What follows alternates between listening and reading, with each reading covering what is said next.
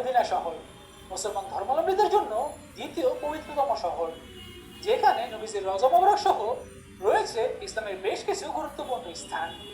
Hello everyone, আসসালামু আলাইকুম। Viewers চ্যানেলের পক্ষ থেকে আপনাদের সবাইকে স্বাগতম। ভিউয়ার্স, আজ আমি আপনাদের সাথে কথা বলবো এই মদিনা শহর সম্পর্কে, এছাড়াও এই শহরে অবস্থিত বেশ কিছু গুরুত্বপূর্ণ স্থানসমূহ সম্পর্কে। তাহলে চলুন এক নজরে দেখে নেওয়া যাক সেই সকল বিষয়গুলোকে।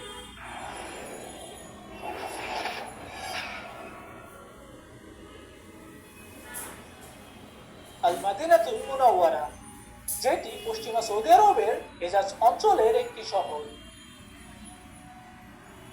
তাছাড়া সৌদি আরব দেশটি 13টি প্রদেশের মধ্যে অন্যতম প্রাচীন এবং ঐতিহ্যের নগরী।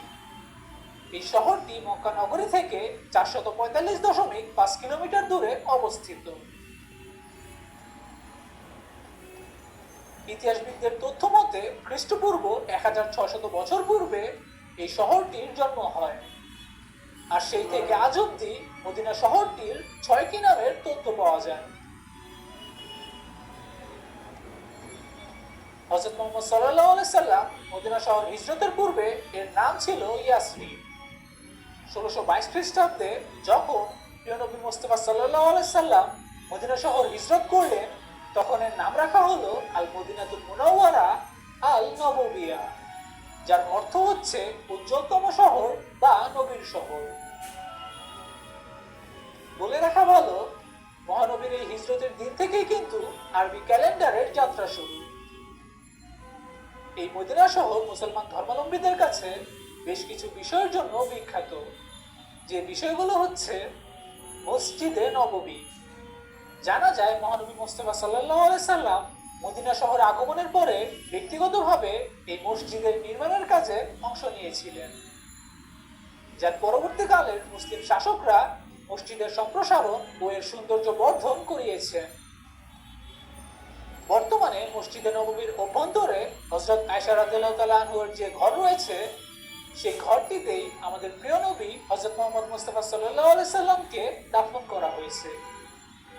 তাছাড়া সেখানে আরো সমাধিত রয়েছে মুসলমান ধর্মের প্রথম দুই খলিফা হযরত আবু বকর এবং ওমর রাদিয়াল্লাহু তাআলা আনহু, এবং এর পাশেই আরো একটি সমাধিকে খালি রাখা হয়েছে।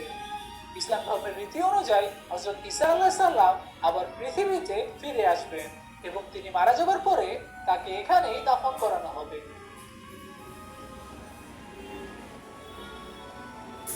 এই পুরো স্থানগুলোই মসজিদে নববীর সবুজ গম্বুজের নিচে অবস্থিত। 1817 খ্রিস্টাব্দে সুলতান দ্বিতীয় মাহমুদের শাসনামলে এই গম্বুজ নির্মিত হয়। তাছাড়া 1837 খ্রিস্টাব্দে এই গম্বুজটিতে সবুজ রং করানো হয়।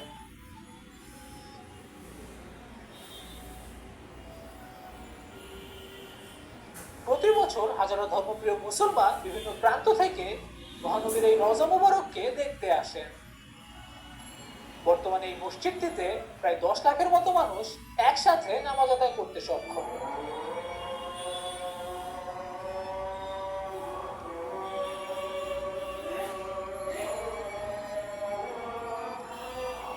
জান্নাতুল বাকি, মদিনা মসজিদের দক্ষিণ পূর্ব দিকে এই স্থানটি অবস্থিত। এখানে প্রিয় নবীর পরিবার পরিজন, আত্মীয় স্বজন, হযরত ওসমান সহ সাহাবায়ে কেরামদের অনেককেই দাফন করানো হয়েছে। ইমাম মালিক রাহমাতুল্লাহ আলাইহির তথ্য মতে এই জান্নাতুল বাকির মধ্যে অন্তত প্রায় 10,000 সাহাবীর কবর রয়েছে। তাছাড়া এই স্থানটিতে অসংখ্য মুমিন বুজুর্গের সমাধিও অবস্থিত। আমাদের প্রিয় নবী তার জীবিত থাকা অবস্থাতে বেশ কয়েকবার এই স্থানটিতে এসে এখানকার কবরগুলোকে জিয়ারত করেছেন। তাছাড়া বর্তমানে হজের মৌসুমে অথবা উমরা হজ পালন করতে গিয়ে যদি কিনা কোনো হাজি মদিনা শহরটিতে মারা যায়, তাহলে তাদেরকেও এই জান্নাতুল বাকিতে দাফন করানো হয়।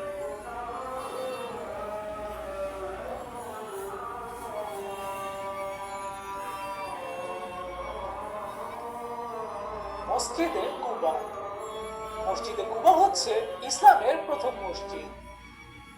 নবী সাল্লাল্লাহু আলাইহি সাল্লাম মদিনা আগমনের পরে সর্বপ্রথম এই মসজিদটি প্রতিষ্ঠা করানো হয়। তাছাড়া হিজরতের পরে নবী মুহাম্মদ মুস্তাফা এই মসজিদটিতে প্রায় 14 দিনের মতো অবস্থান করেছিলেন বলেও জানা যায়। পুরো পৃথিবী জুড়ে সম্মান এবং মর্যাদার দিক থেকে মসজিদুল হারাম, মসজিদুল নববী এবং মসজিদুল আকসার পরে মসজিদুল কুবার অবস্থান।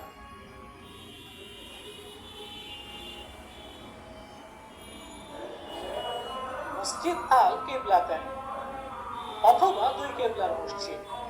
এই মসজিদটি ঐতিহাসিক দিক থেকে খুবই গুরুত্বপূর্ণ, কেননা এই মসজিদটিতে নামাজরত অবস্থায় আমাদের প্রিয় নবী হযরত মুহাম্মদ মুস্তাফা সাল্লাল্লাহু আলাইহি সাল্লামের উপর ওহী নাযিল হয়েছিল এবং সেখানে বলা হয়েছিল তাদের কিবলাকে পরিবর্তন করার জন্য। অতঃপর নামাজরত অবস্থাতেই আমাদের প্রিয় নবী জেরুজালেম থেকে মক্কার দিকে মুখ ফিরিয়ে নেন এবং তাকে অনুসরণ করে ওই সময়ে নামাজরত অবস্থায় সকল সাহাবীরাও তাদের মুখকে মক্কার দিকে তাক করে নামাজ আদায় করেন।